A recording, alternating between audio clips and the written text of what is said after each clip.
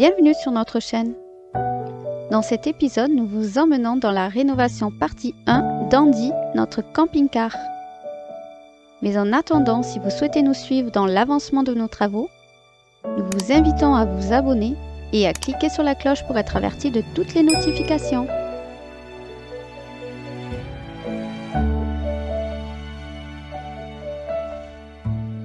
Dans un premier temps, nous enlevons tous les caches et les ameublements nécessaires pour pouvoir préparer notre espace de travail pour la peinture.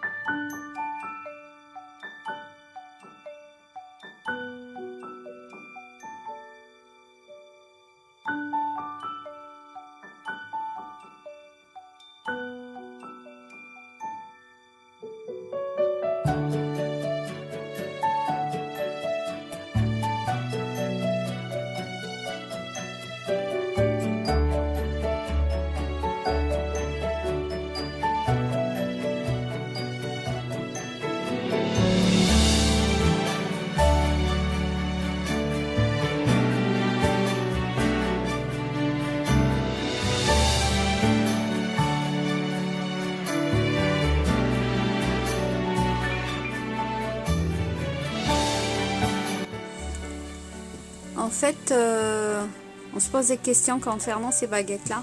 C'est des baguettes parce qu'en fait ici c'est une plaque de faux plafond, une autre plaque de plafond pardon. Et pour empêcher la démarcation des deux plafonds plats qu'on voit ici, ils ont mis carrément des baguettes en fait. C'est le fabricant qui avait fait ça.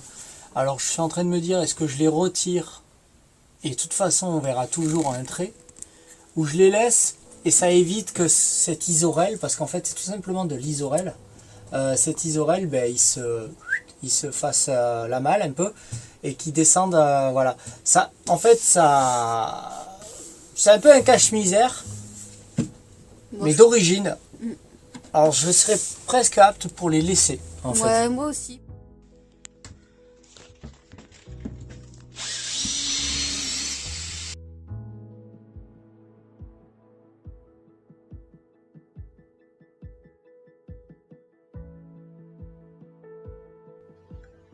Après avoir enlevé toutes les parois de protection des banquettes, nous nous apercevons qu'il y a des touches d'humidité.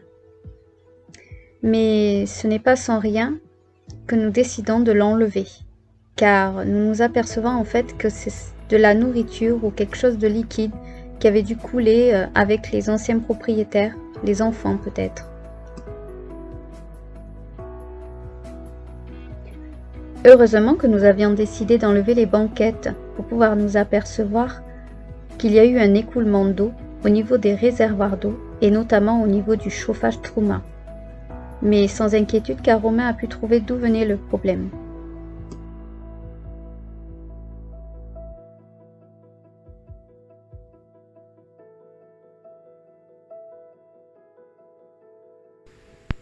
Voilà, je suis en train d'enlever la cuve. Et en enlevant la cuve,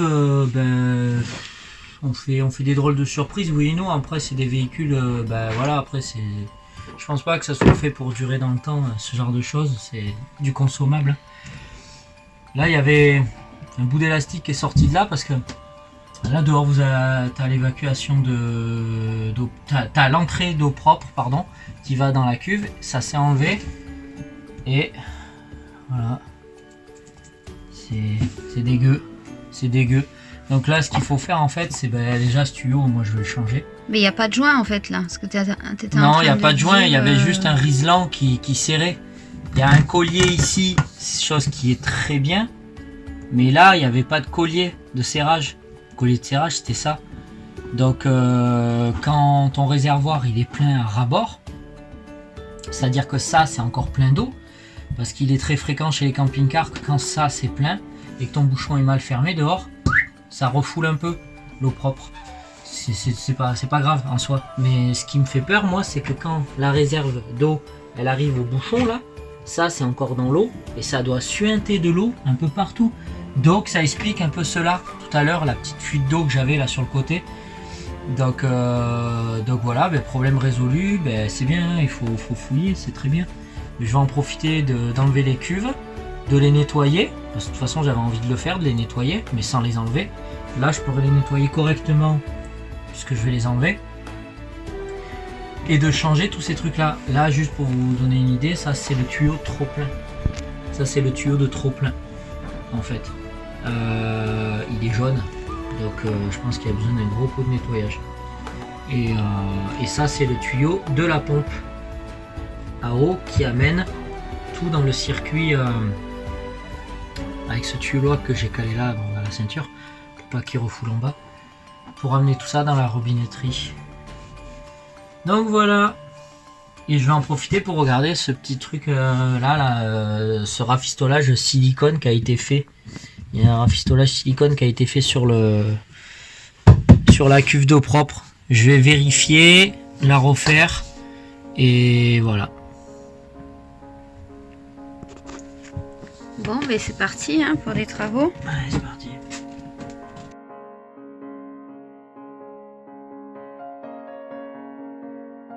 Bon voilà, la cuve elle est enlevée, elle est sortie de là-dessous. Ceci c'est la fixation du siège. C'est le plancher de 40 mm. Donc vous avez, si je dis pas de bêtises, une partie en contreplaqué, une partie en polystyrène et une autre partie en contreplaqué. En fait ça permet de voir que le plancher il est isolé. C'est vrai? Ouais.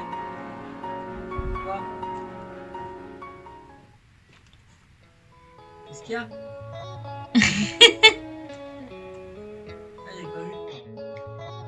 Pendant que Romain contrôle s'il n'y a pas d'autre fuite, je m'attaque à la couture des rideaux. C'est parti! Avec Anaïs, nous nous attaquons à enlever tous les petits crochets en plastique des rideaux.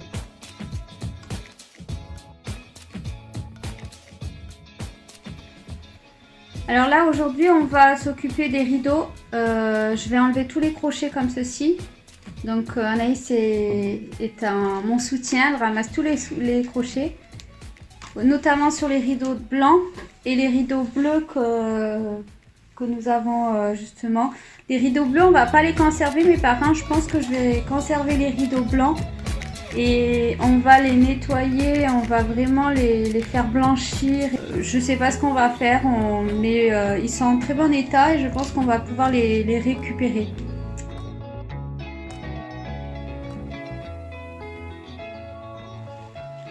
Il y a aussi, comme on ne garde pas ces rideaux bleus et qu'on récupère les crochets, comme ici, je pense que je vais essayer, c'est pas gagné, de récupérer les bandes.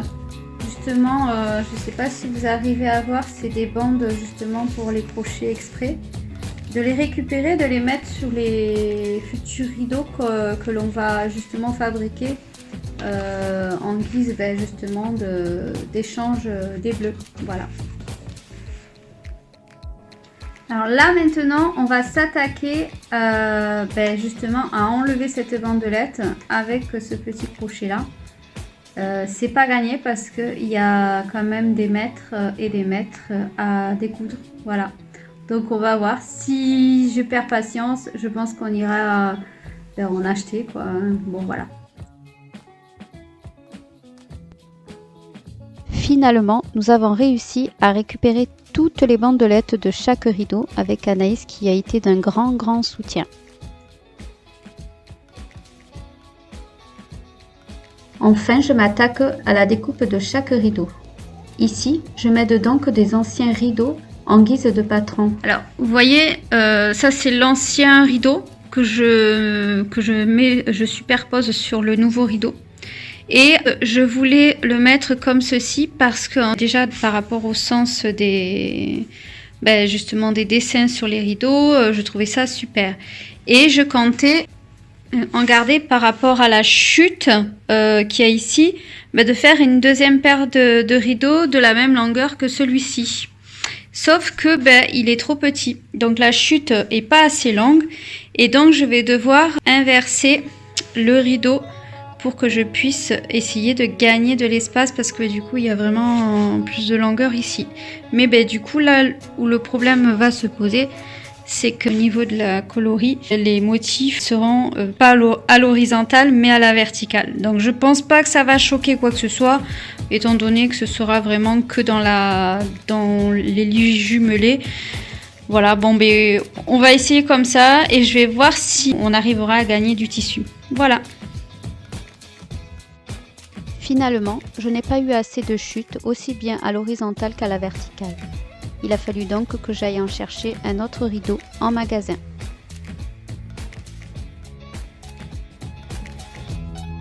Puis nous finissons par la couture, avec un peu d'aide de Mamoun, la maman de Romain.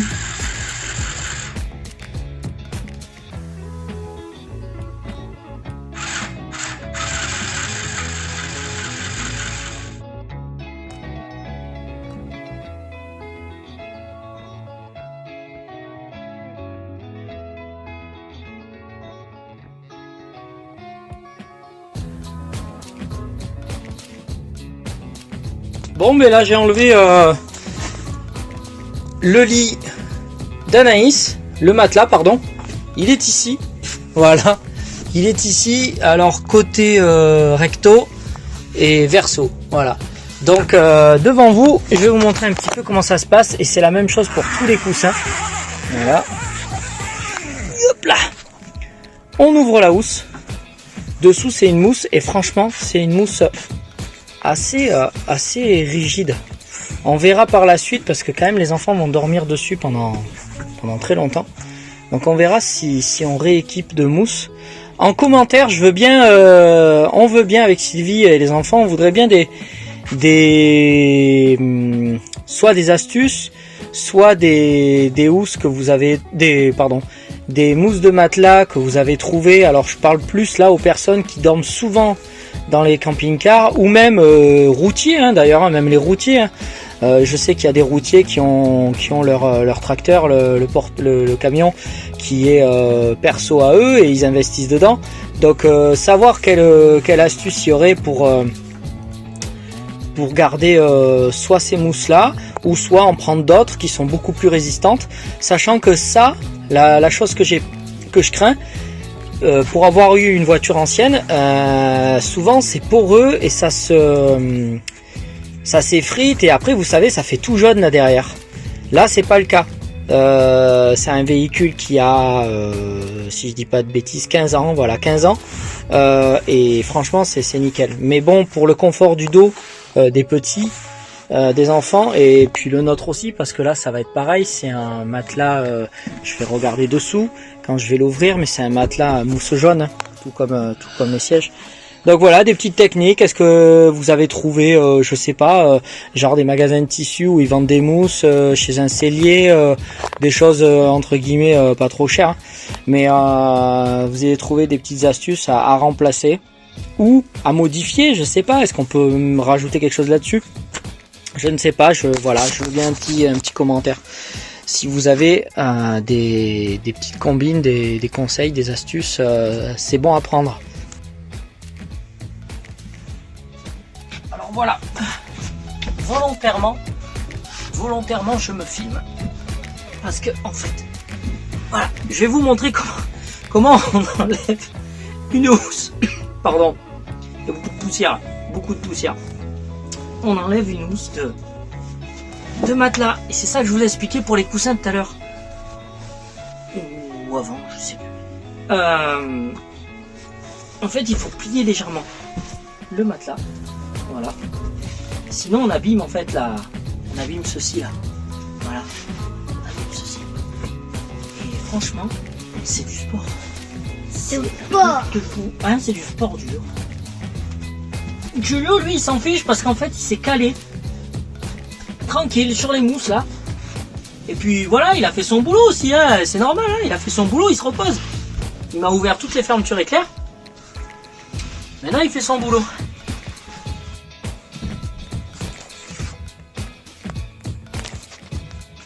Alors oui, je voulais vous montrer quelque chose. Je suis en train d'enlever les matelas, donc je découvre, bon ben ça je le savais, que sous le lit des petits, surtout le lit haut superposé, il y a deux grands coffres dessous. Bah ça je le savais un petit peu. Par contre, ce que je ne savais pas, c'est que j'ai découvert quelque chose. J'ai découvert quelque chose que les anciens propriétaires ne nous ont pas dit. Ils m'en avaient parlé vaguement, mais pas d'un complet en fait. Je vous montre vite fait. Vous savez ce que c'est ça? Ça, c'est tout simplement un isolant pare-brise. Alors, je les ai ouverts, hein, j'ai regardé. Il y a un isolant pare-brise qu'on met à l'intérieur de la cabine du camping-car à l'avant et un à l'extérieur. Et franchement, un Soplair, je crois que ça s'appelle comme ça. Et franchement, ça, c'est pas donné. Oui, mon poulet. Oui. Et là, il y a Julio avec sa mamoune. Donc voilà. Et ça, franchement, c'est le top. C'est le top parce que c'était pas prévu. Donc, ce que je vais faire,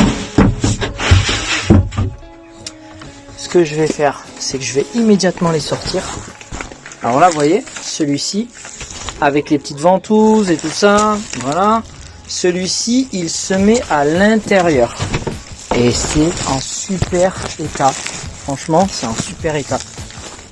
Alors bon, je sais qu'ils ont été en sport d'hiver juste 2 semaines, une fois, avec. Donc c'est peut-être pour ça que ça m'a émis la puce à l'oreille. Là, vous avez... Alors ça, c'était le pare-brise. À l'intérieur, bien sûr, parce que je suppose pas qu'on mette quelque chose avec du tissu à l'extérieur, ouais, à l'extérieur, même si à l'intérieur c'est plastifié. Ça c'est pour les portières. Ça c'est pour la deuxième portière, recto verso. Et ça, voilà, ça va à l'extérieur du camping-car et ça fait tout le tour, ça fait les 2 portières, conducteur, passager, en passant par le pare-brise. Donc franchement, c'est une bonne trouvaille. Je suis heureux, je suis content. Donc voilà, franchement c'est cool. C'est cool, c'est cool. Maintenant je vais refermer.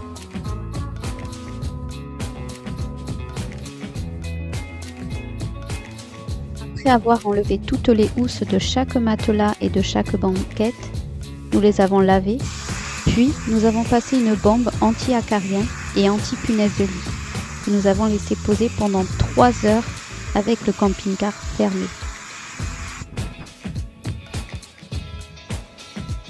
Romain termine les derniers démontages pour pouvoir commencer la peinture.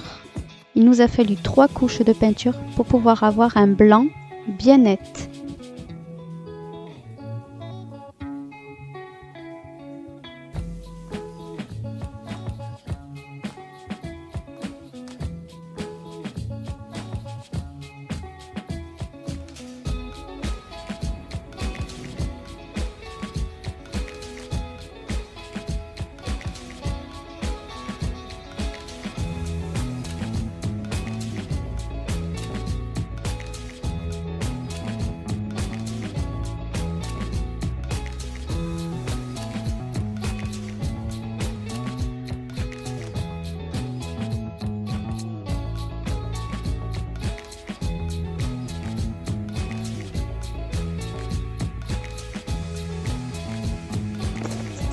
C'est pas possible.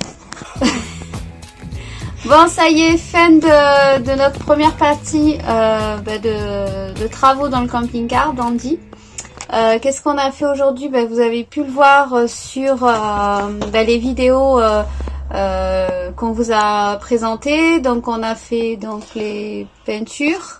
Toutes les peintures, il y a encore des couches à finir parce que on veut vraiment que ça soit une peinture bien, vraiment que la peinture soit bien finie. Donc les plafonds sont faits, les murs sont faits. On a démonté donc certains meubles parce que justement on voulait être sûr un petit peu. Les 2 banquettes, la banquette double où Anaïs et Julio sont attachés avec les ceintures. Toutes les banquettes toutes les banquettes, toutes les assises ont été enlevées. Le réservoir d'eau propre a été enlevé aussi parce que dessous j'avais une suspicion d'humidité.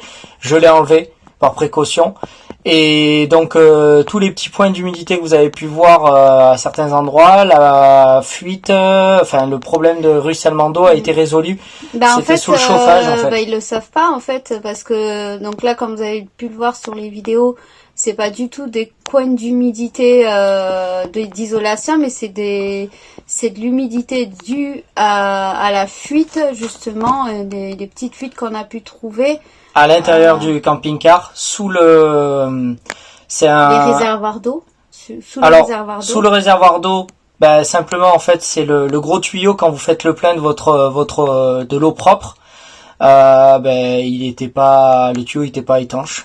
Donc à chaque fois qu'on faisait le plein ou pas nous, mais les gens à chaque fois qu'ils ont fait le plein, les derniers qui l'ont fait, ça suintait légèrement et ça suffit en fait pour faire une petite infiltration d'eau. Et sous le chauffage qu'il y a sous le frigo derrière, il y a le chauffage et chauffe-eau. Il fait les deux en même temps, Truma. Il y avait une durite qui était, le raccord il fuit. Voilà, le raccord il fuyait, donc on l'a réparé sous les bons conseils au magasin de bricolage. Là, on nous a super bien conseillé. On a eu un bon conseil. D'ailleurs, on vous montrera, on va pas en parler maintenant parce que sinon on vous le montrera. Ce sera dans les prochaines parties où justement on changera ce tuyau là. Donc ces problèmes d'humidité sont résolus. Oui, c'est ça. C'est bon, c'est fait. On vous montrera, parce que là, justement, vous avez pu voir que du coup, tout est vide dans le camping-car. On a enlevé les banquettes. Donc là, le reste reste à suivre samedi prochain pour l'avancée de notre rénovation, sachant une chose, c'est que nous ne sommes pas à 100% dans la rénovation d'Andy. Pourquoi? Parce que on peut pas se mettre tous les jours, 7 jours sur 7 actuellement, puisqu'on n'est pas à 100% dans d'Andy, mais parallèlement on travaille la semaine, donc du coup on est disponible que les week-ends. Voilà, donc du coup là les vidéos que vous voyez, donc les petits épisodes concernant ces rénovations sont en décalé d'un week-end sur un autre. Donc voilà la raison pourquoi on ne pourra pas avancer rapidement sur cette rénovation d'Andy. De toute façon, je pense que les choses vont être dites au fur et à mesure des prochains épisodes si vous nous suivez. Voilà. Donc voilà. C'est tout pour ce samedi. Ce dimanche. Dimanche. Demain c'est lundi. Il y en a qui travaillent. Donc ce dimanche. Demain on reprend le boulot. Donc voilà pour cette dernière épisode. Rendez-vous samedi prochain.